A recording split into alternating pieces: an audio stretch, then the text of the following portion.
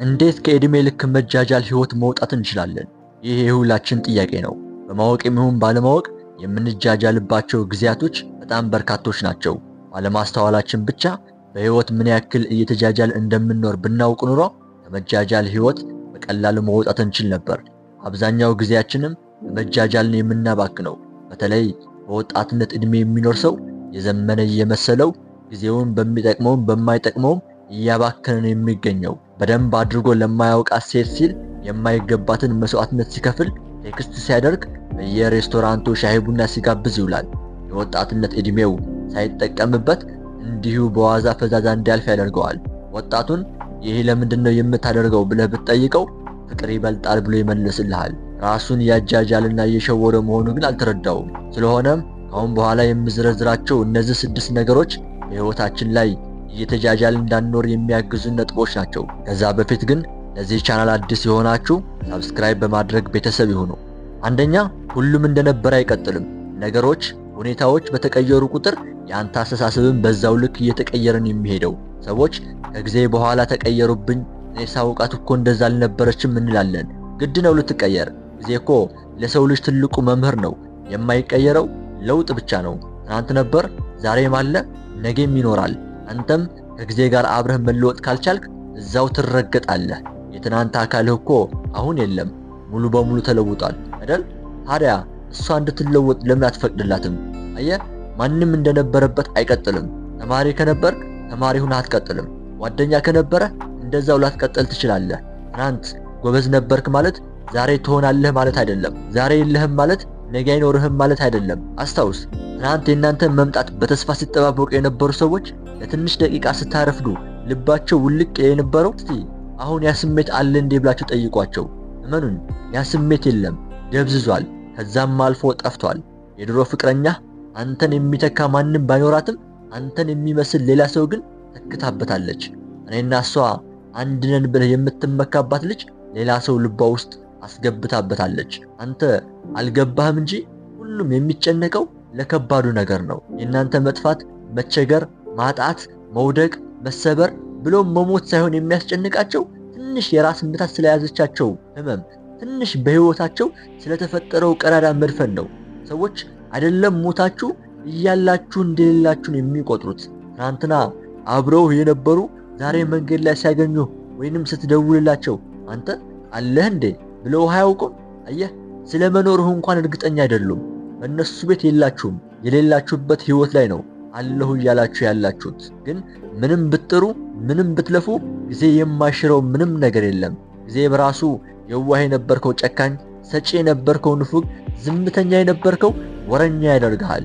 ሁኔታዎች፣ ጊዜያቶች በተቀየሩ ቁጥር የሰው ልጅ እይታም በዛው ልክ እየተቀየረ ነው የሚሄደው። ስለዚህ ሁሉም እንደነበረ እንደማይቀጥል ማወቅ አለባችሁ። ተማሪም ከሆናችሁ ከትምህርት ውጭ ሌላ ህይወት እንዳለ ማሰብ መቻል አለባችሁ። ስለዚህ ነገሮች ሲቀየሩ አዲስ አይሆኑብህ። መቀየር የነገሮች ባህሪ ነው። ህይወት ቀጥ ያለ መስመር አይደለም፣ ከፍና ዝቅ እያለ ነው የሚሄደው። ትናንት እንደነበረው ዛሬ አይቀጥልም። ተቀየረችብኝ አትበል፣ ተቀየረብኝ አትበይ። ትቀየሩ ግድ ነው። ስለዚህ ወዳጄ አንተም ቁመህ እንዳትቀር ተቀየር። ሁለተኛው፣ ከሚገባህ በላይ ዋጋ አትክፈል። ይህንን በአንድ ቃል ልግለጽላችሁ። የሰው ልጅ አይደለም ዋጋ ከፍለለት ራስህን ብትሸጥለትም እንኳን አይረካም። በተለይ ሴት፣ ዛሬ የምታገኛት ልጅ ዘላለም ካንተ ጋር አብራ እንደምትኖር አድርገህ አትቁጠራት። አሁን ከሷ ጋር ሆነህ እንዳትጃጃል ከፈለክ ትናንት ከማን ጋር እንደነበርክ አስብ። እሷን የምትመስል ሌላ ሴት ስታሳድድ ነበር አይደል? አዎ፣ ያችኛዋን በእጅ ለማስገባት ከሚገባህ በላይ ዋጋ ከፍለላት ነበር። አንተነትን ለቀህ በሷ ህይወት ኖርሃል። እሷን ለማግኘት ቤተሰቦችን የሚወዱህን ሰዎች አስቀይመሃል። ግን እሷ አሁን የለችም፣ እችም ላትኖር ትችላለች ብሎ ማሰብ ትልቅነት ነው። መጠራጠር አይደለም መጠንቀቅ ነው እንጂ። መጠራጠር እንድትጠነቀቅ ያደርግሃል። ትናንት የሰራኸውን ስተት ደግመህ እንዳትሰራ ይረዳሃል። አስታውስ፣ ትናንት የመጨረሻችን ናቸው ብለን ቃል ገብተን የተማመናቸው ሰዎች ዛሬ የሉም። አንተዋችሁም ብለው ቃል የገቡልን ሰዎች አሁን ከመተው አልፈው ረስተውናል።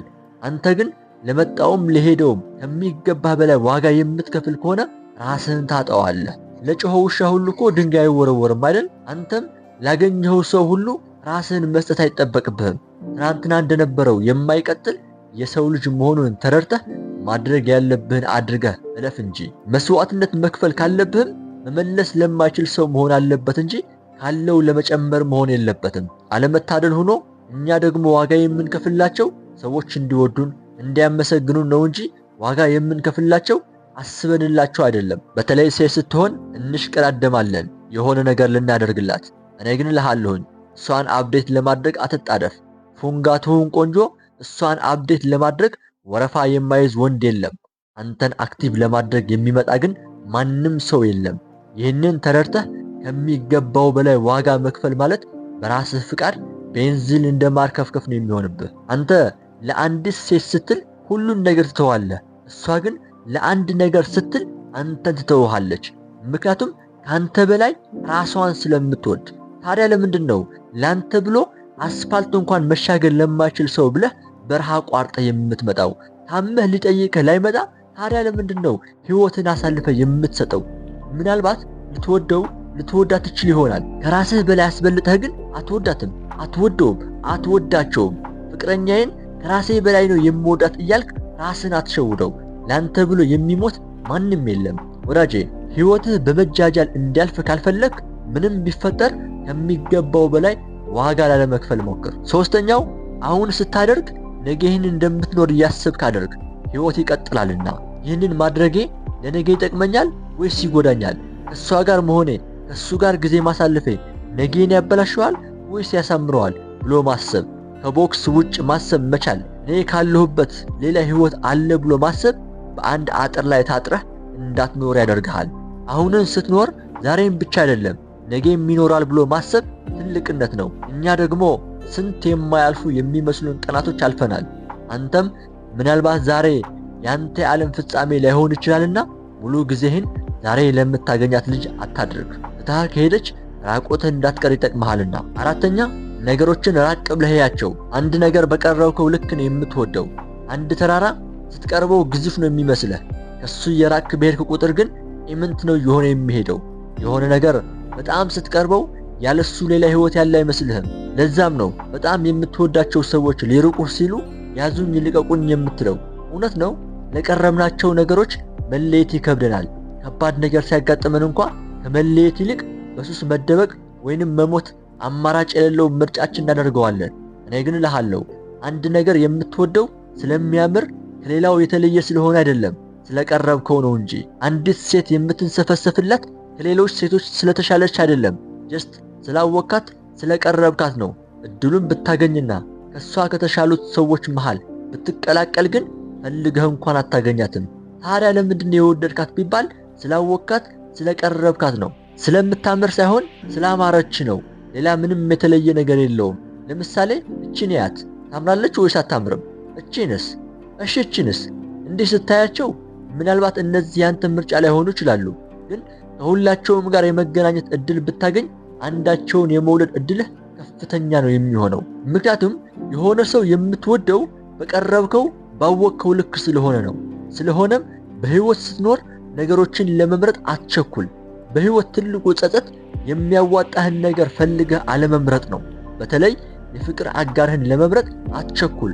ባለመምረጥህ ብቻ ሳይሆን በመምረጥህ ምክንያት ስትጸጸት ትኖራለህ። ትልቁ የህይወት እድሜህን የምታሳልፈው ደግሞ በትዳር ህይወት ውስጥ ነው። አሁን በትክክል መምረጥ ካልቻልክ ግን እድሜ ልክህ ቸኩለህ በመምረጥህ ምክንያት ስትጸጸት ትኖራለህ። ስለዚህ በቀረብካቸው ነገሮች ተሰነካክለህ እንዳትወድቅ ከፈለክ ነገሮችን ራቅ ብለህ ያቸው።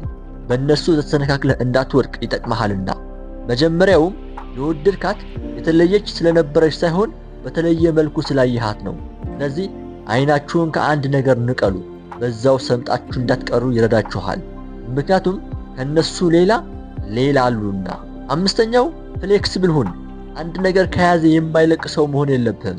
ብዙ ዋጋ ያስከፍልሃል። ነገሮችን ለመያዝም ለመልቀቅም ቅርብ መሆን ህይወትህ ከመጥፎ ነገር ይታደጋታል። አንድ ቦታ ላይ ብቻ ተወስነህ እንዳትኖር ያደርግሃል። በጣም በወደድከው ሰው ነው የምትጎዳው እንጂ በማታውቀው ሰው አይደለም። ነገሮች ምንም ያክል ከባድ ቢሆንም ከልካቸው እንደማያልፉ ተረድተህ ቀለል አድርገህ ለማየት ሞክር። ስድስተኛ ጫፍ ላይ አትቁም፣ ለሁሉም ቅርብ ትሆናለህና።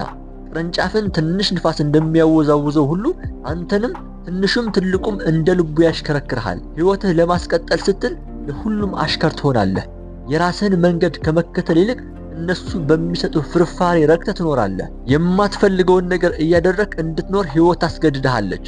ልውጣ ብትልም እንኳ መውጣት እንዳትችል አድርገው አስረውሃል። የጎደለህን ከመሙላት ይልቅ የጎደላቸውን ነገር መሙላት ትገደዳለህ።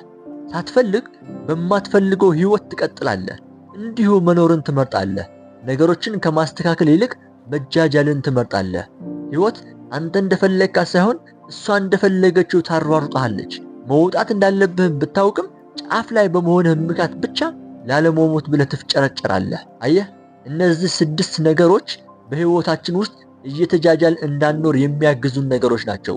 በህይወት ውስጥ ላይ ስትኖር እየተጃጃልክ መኖር የማትፈልግ ከሆነ እነዚህን 6 ነጥቦችን በሚገባ መጠቀም መቻል አለባችሁ። የዛሬ ሐሳቤ ይህን ይመስል ነበር። ሐሳብ አስተያየት ካላችሁ ኮሜንት ላይ ጻፉልኝ። በቀጣይ እስከምንገናኝ ድረስ መልካም ጊዜ ይሁንላችሁ።